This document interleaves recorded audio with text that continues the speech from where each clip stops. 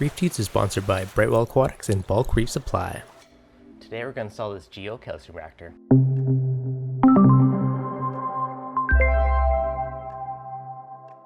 What's going on, guys? Devin from ReefDudes. Now today I'm excited because we're putting in the matching calcium reactor. So when I got the sump made, that beautiful sump, I also got a calcium reactor to match it.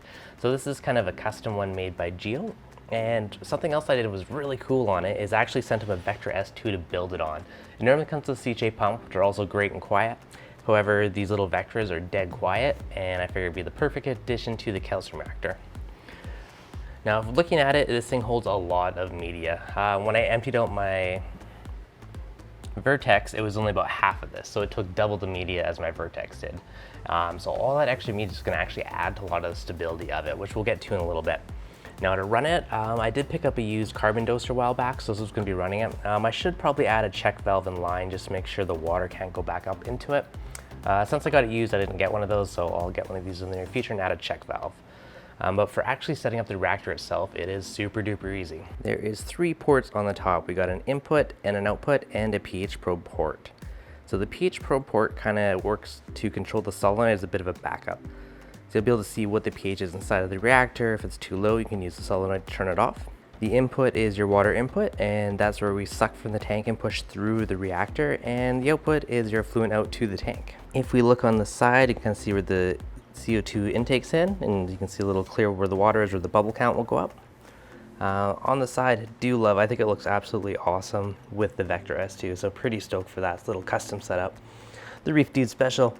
Now it's actually really simple, but it works extremely well. All right, so our output goes to our tank, our input comes in from our feed pump, and for that I'm gonna be using the Ecotech Versa, same one I was using on my prior reactor.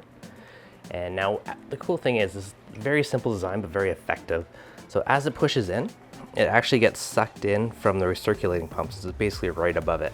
It comes down into the pump, it will get mixed with the CO2, and it pushes it out back to the bottom of the reactor. Then all that kind of mixed liquid will come back up through this and mix it with all of your media. Now this is a big special blend of media.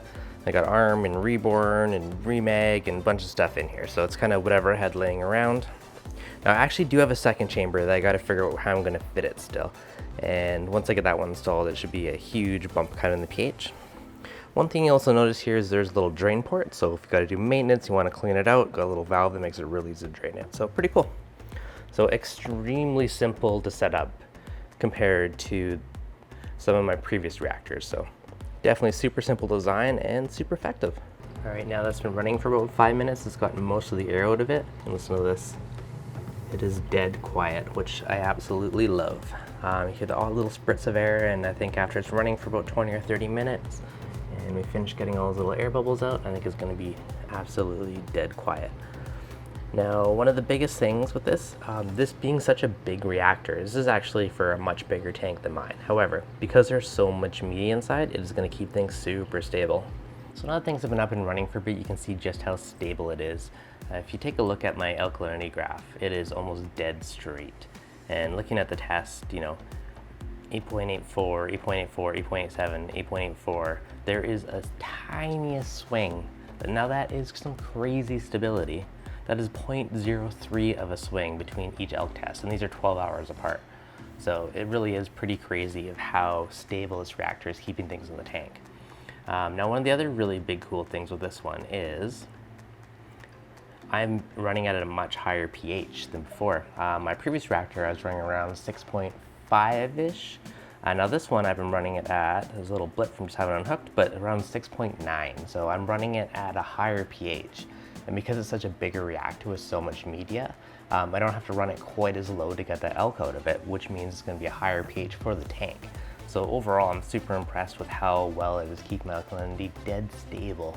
It's, 0.03 of a swing, which is like nothing. So super amazing how stable that is. Same thing with the pH, like running a much higher pH inside of it because there's just so much media inside. Now I actually do have a second chamber, but it's a little bit big to fit in where I want it. So I got to figure out a way to kind of fit it in somewhere. But once I add that in, it should be up my pH even more in the tank, which will be pretty awesome. So hopefully you guys enjoyed this. If you did, as always, hit that like button. If you're new, make sure you subscribe, and I'll catch you guys on the next video.